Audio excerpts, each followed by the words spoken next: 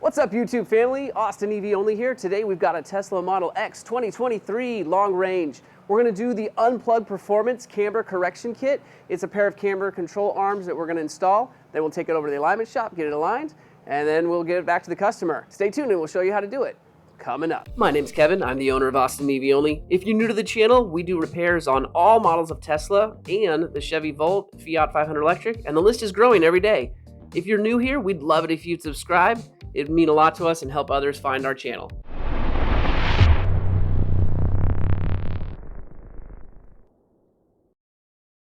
All right, let's do a quick unboxing here and check these out. So we can pull these out. Okay, there's one, nice and shiny. All right, and then there's another. All right, these look pretty good. Can't tell if they're made out of steel or aluminum. They feel pretty light for what they are, so I'm wondering if it's aluminum. But it's hard to tell. The front ends, this right here, is iron or steel, because this part is heavy, but the middle part seems pretty light. One of the things I like is that the adjusters are on the bottom here. That'll make it easy to access for my alignment tech. All right, let's get them installed. All right, just hitting it up real quick. Before we go, we've got to put the suspension, let's put it up to high so we can actually get it off the lift.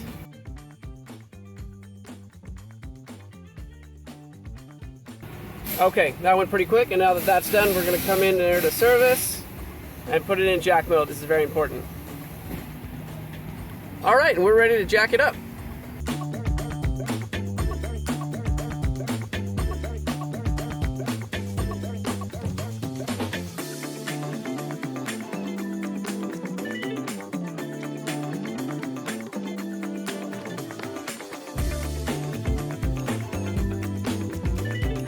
Okay, now with the car in the air, we got to take off a couple panels. So we've got not this first panel, but this second panel here, right where the panel outlines the suspension parts. We need to take this panel off. These are all 10 millimeters with a couple of pop rivet clips, and I'll show you where those are at when we get to them.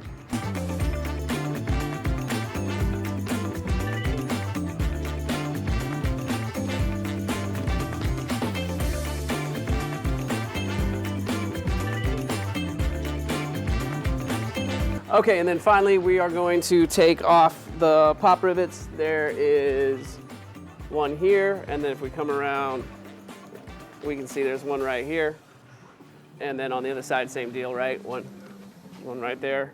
Come around to the other side of the tire, one right there. So let's take those out. Okay, and then let's show taking those out. I got a 90-degree pick and a pry tool here. So we'll get in here, take this one out, come to the front over here, take this one out, and then repeat on the other side. And with that, we should be good to take off this whole panel now. So let's see if we can't pop it down. Good deal. And then second to that, we go to the other side of the battery. We take this panel off right here so our alignment tech can get past this and do some front end alignment.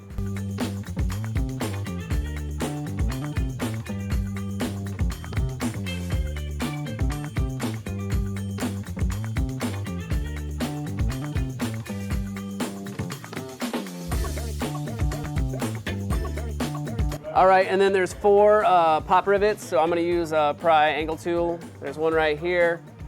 There's one over here, kind of behind the tire. One right here in the middle.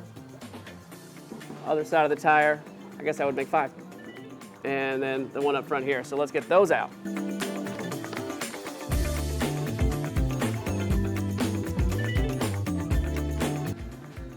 All right, this sucker's ready to come out.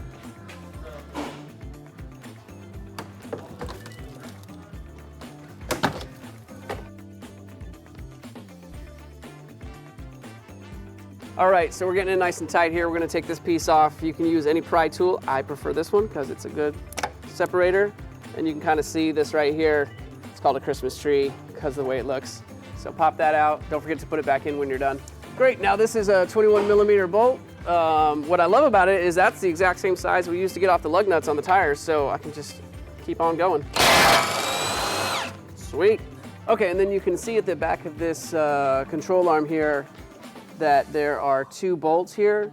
Now the inside of these bolts are 10 millimeter hex. The outside is a 16 millimeter. So you can do either one, it's dealer's choice. I prefer to do the 16 millimeter.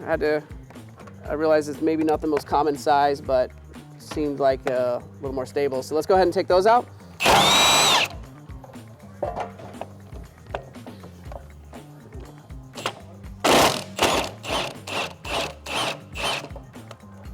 All right, very good. Okay, I briefly wanted to show which toe arm is which. Now these are the Unplugged performance ones. This is the correct one. Let's see. So first of all, it's in backwards.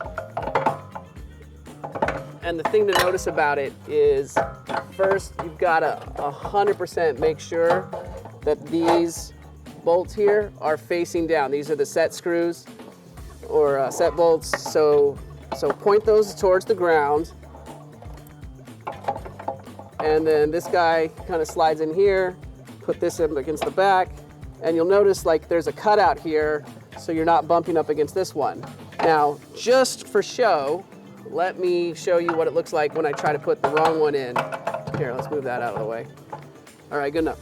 So again, set screw is facing down towards the ground, like that. Let's slide it in here and see what happens.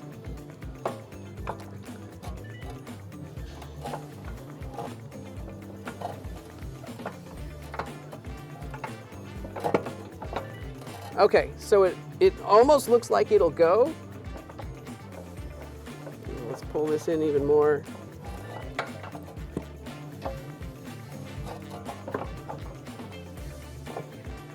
And I just can't seem to quite get this side to settle in, and let's make sure.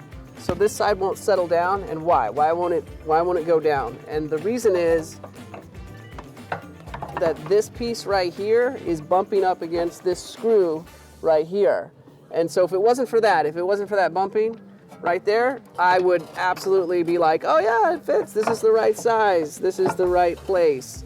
So that's how we know which one is which. It's not, obviously when you pull the old one out, the easiest way is just match them up. But I just wanted to show that while it may seem possible to switch them, that you'll find that you have a lot of trouble trying to get the wrong one on the wrong side. So that was just a academic exercise for y'all. Okay, now as I'm sliding the correct one in, one of the things I immediately noticed is that they didn't preset this to all line up. So put the screw in first, because you're gonna have to bend this bushing to come down. Like it's just not at all lined up correctly. So, okay, so we kind of get these two started. Great. And then I can use that to hold that in place.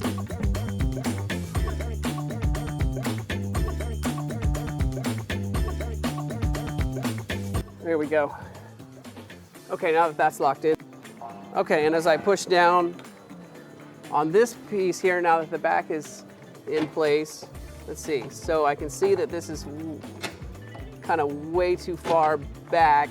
The easiest way to deal with that is just screw in this collar back here. So I'm shortening it up as much as I can go until it finally like pulls into position there. Keep going, keep going, keep going. There we go. And then even this bushing in the back isn't quite lined up, so we're gonna struggle with this for a minute while I try to get it in position. There we go. Okay, so now that it's in there, I can wiggle it a little bit. Okay, and now it's loosely in there. Okay, and these back ones, we can go ahead and torque those down right away. We don't need to wait. So let me get in here, get on these.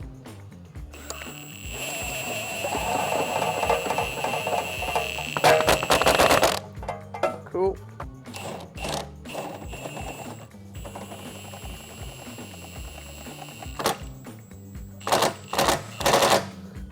Great. And I will torque those to spec here in a minute. All right, and now I've got my torque wrench. I'm gonna torque these to 64 feet-pound of torque.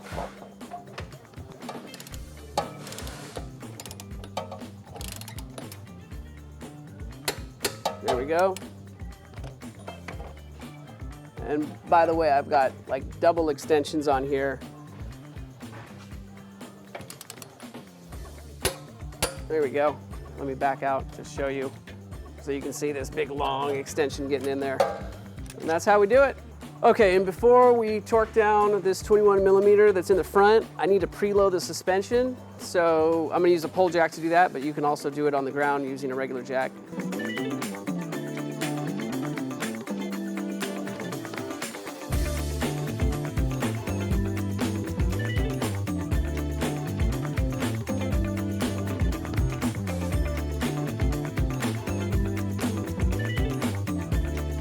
Okay, so I'm gonna torque this upper 21 bolt to 111 foot-pounds of torque.